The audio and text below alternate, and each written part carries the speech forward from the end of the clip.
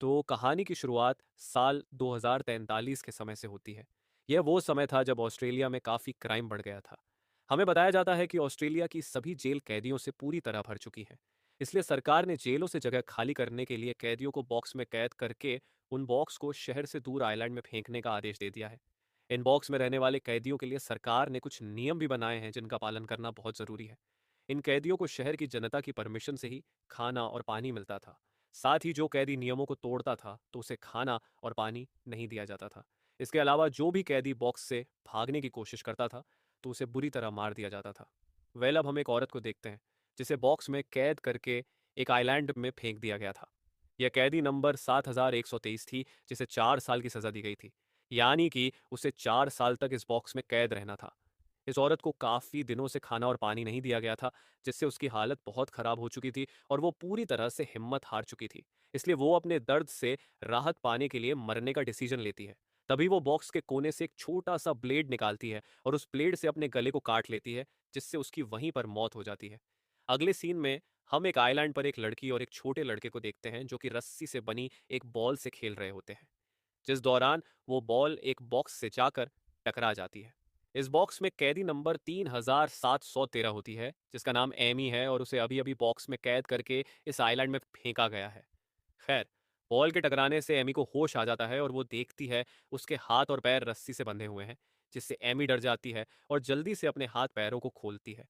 तभी बॉक्स की एक खिड़की खुलती है, जिससे बाहर देखने पर एमी को पता चलता है कि उसे समुद्र किनारे रखा गया है। अब एमी बुरी तरह डर जाती है और उस बॉक्स की दीवारों को पीटते हुए खुद को बाहर निकालने को कहती है।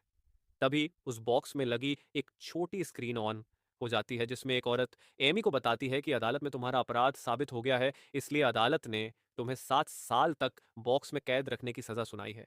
साथ ही वो औरत बताती है कि तुम्हें खाना और पानी सिर्फ उन्हीं लोगों की परमिशन से दिया जाएगा जिनके साथ तुमने विश्वासघात किया था।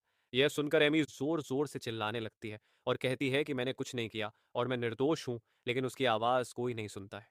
वेल, अगले दिन जब एमी उठती है तो उसे बहुत प्यास लगती है, इसलिए वो पानी मांगने के लिए अपने खाने के कटोरे को खिड़की से बाहर निकालती है, लेकिन वहां आसपास कोई भी नहीं होता है।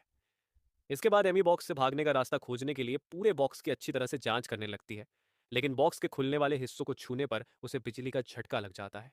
अब जैसे जैसे समय बीतता है वैसे वैसे एम्मी के लिए कठिनाइयां बढ़ने लगती है और उसके लिए जीना और भी कठिन हो जाता है।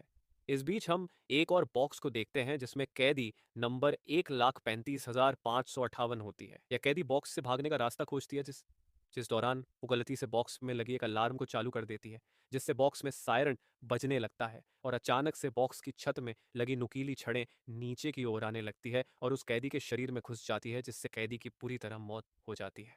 अगली सुबह हम एमी को देखते हैं जिसके बॉक्स के पास सैली नाम की एक लड़की आती है और एमी को जगह देती है। यहाँ सैली एमी को थोड़ा सा खाना और पानी देती है। तब एमी उसे समझाने की कोशिश करती है कि वो निर्दोष है और उसने किसी का बुरा नहीं किया है, जिस पर सैली उससे कहती है कि तुम गलत हो या सही, इसका फैसला आम जनता करेगी। साथ ही वो बताती है कि तुम यहाँ अकेली कैदी नहीं हो, यहाँ तुम्हारे अलावा कई सारे बॉक्स रखे हुए हैं। वैल, एमी को जितना खाना पानी मिला था उससे वो कुछ दिन बिताती है, लेकिन एक दिन वो परेशान हो जाती है और खुद को मारने का सोचती है। इसलिए वो बॉक्स में पड़ी रस्सी को उठाकर अपना गला घूंटने लगती है, लेकिन वो एंड टाइम पर रुक जाती है और जोर जोर से रोने लगती है। यहाँ एमी खुद को दोष देती है कि मैंने ऐसा क्या गलत कर दिया जो मुझे इस तरह की मुसीबत का सामना करना पड़ रहा है। अब समय बीतता जाता है और एमी अपनी सजा को एक्सेप्ट कर लेती है, जिसके बाद वो अपनी मुसीबत का सामना करने के लिए अपना ध्यान भटकाना शुरू कर देती है और बॉक्स की खिड़की के बाहर देखते हुए सोने लगती है। एक दिन सुबह जब एमी खिड़की से अपना हाथ बाहर निकालती है तो उसे वही बॉल मिलती है जो कहानी की शुरुआत में उस छोटे बच्चे ने फेंकी थी। अब एमी अपना टाइम पास करने के लिए उस बॉल से खेलना शुरू कर देती है, जिससे उसका मन शांत रहने लगता है। इसी तरह कुछ और दिन गुजर जाते हैं।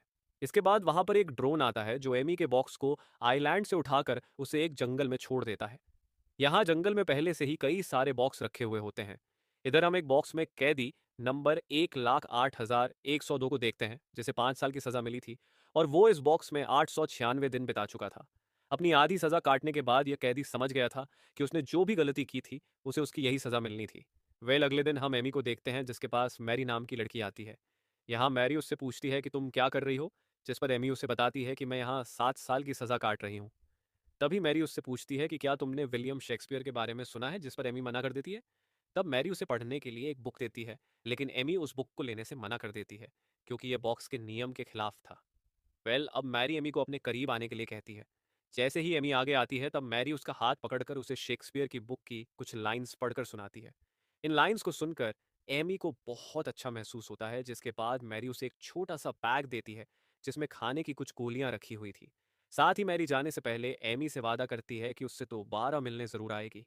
अब क्योंकि एमी बहुत टाइम बाद किसी इंसान से मिली थी, इसलिए उसे बहुत अजीब लगता है, जिसके कारण वो बॉक्स के फर्श पर लेट जाती है और अपने आप को छूने लगती है।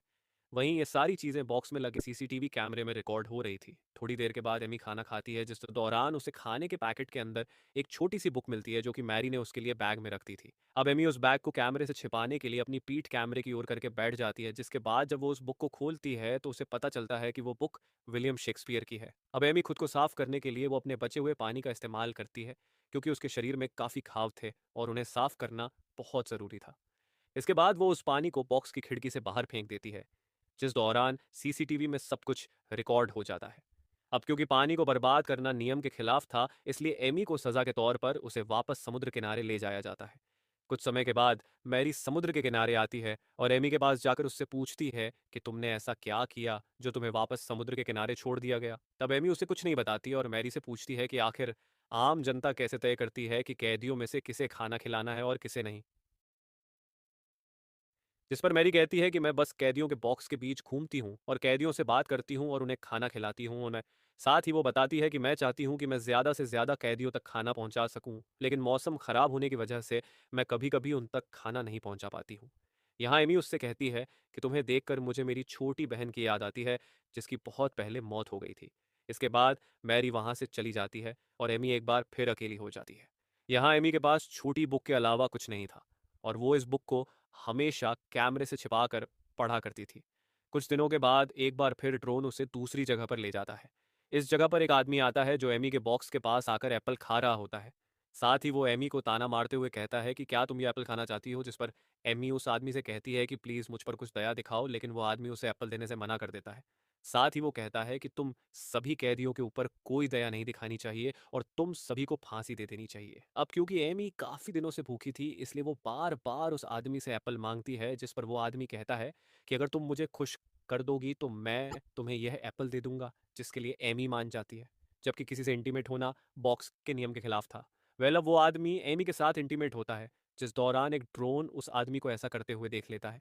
इसलिए ड्रोन उस आदमी पर गोलियां चलाकर उसे मार डालता है, जिसमें से एक गोली एमी के पैर में भी लग जाती है, जिससे उसे बहुत दर्द होता है। इसके बावजूद भी वो अपना हाथ बॉक्स से बाहर निकालती है और उस मरे हुए आदमी के हाथ से एक एप्पल उठाती है। लेकिन जब वो उस एप्पल को खाती है तो उसे पता चलता है कि एप्पल में कीड़े पड़ गए हैं, जिसके कारण वो एप्पल नहीं खा पाती। रात में जब एमी सो रही होती है, तब बॉक्स में एक तेज सायरन बजता है, जिसकी आवाज़ सुनकर एमी जाग जाती है। तभी स्क्रीन ऑन होती है और एक औरत उसे बताती है कि तुमने खाने के बदले उस आदमी से एक डील की थी, जो कि बॉक्स के नियम के खिलाफ है, इसीलिए नियम तोड़ने पर तुम्हें 7 दिन तक जागने की सजा दी जा रही है। साथ ही वो एमी से कहती है कि यह तुम्हारे लिए आखिरी वार्निंग है।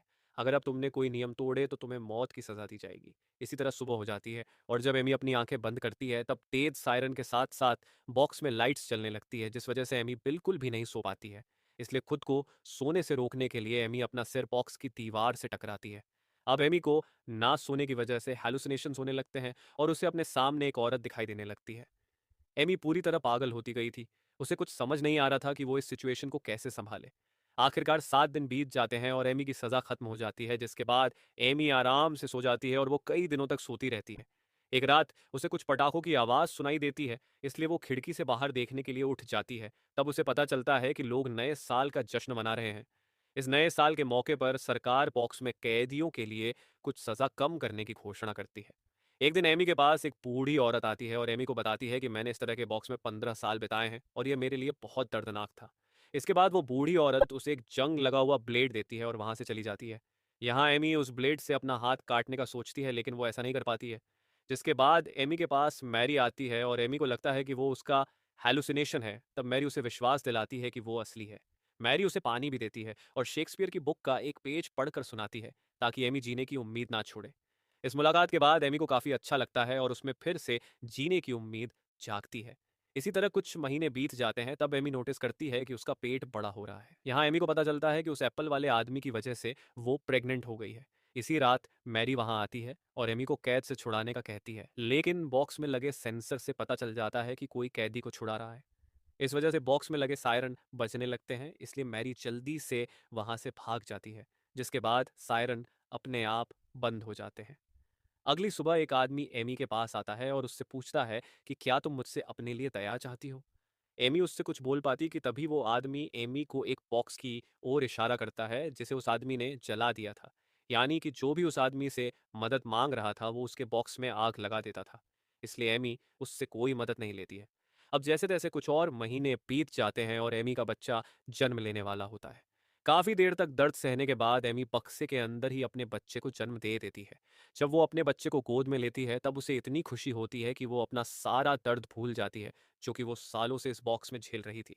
लेकिन कुछ ही समय बाद बॉक्स के सेंसर से पता चल जाता है कि बॉक्स में कैदी के अलावा एक और इंसान है। इसलिए बॉक्स में तेज सायरन बजने लगता है और एक गैस निकलने लगती है जिससे एमी बेहोश हो जाती है। जब एमी को होश आता है तब तक उसका बच्चा मर चुका होता है, जिससे एमी बहुत दुखी होती है और अपने बच्चे को वापस पाने के लिए जोर जोर से चिल्लाना शुरू कर देती है। अगली सुबह बारिश होती है जिससे एमी के बॉक्स में पानी भरने लगता है, जिससे वो ठंड के मारे कांपने लगती है। इसके अलावा पानी के कारण बॉक्स का सिक्योरिटी सिस्टम भी खराब हो जाता है। यहाँ पुलिस को लगता है कि एमी ने ही उनके सिस्टम को खराब किया है, इसलिए वो एमी को वार्निंग देते हैं कि यदि तुमने सिक्योरिटी सिस्टम से छेड़छाड़ करना बंद नहीं किया तो तुम्हें खत्म कर दिया जाएगा। जल्द ही बॉक्स में उल्टी गिनती शुरू होने लगती है और बॉक्स में पानी का लेवल भी बढ़ने लगता है।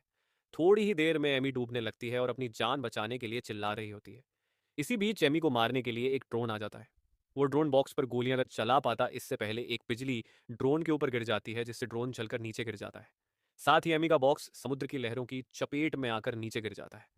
कहानी के अंत में हम कुछ बच्चों को एक आइलैंड में खेलते हुए देखते हैं, तभी उनकी नज़र एमी के बॉक्स पर जाती है।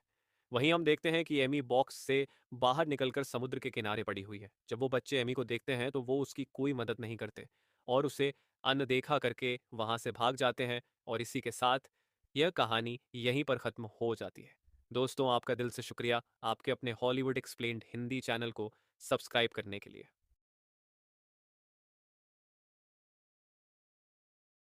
तो कहानी की शुरुआत साल 2043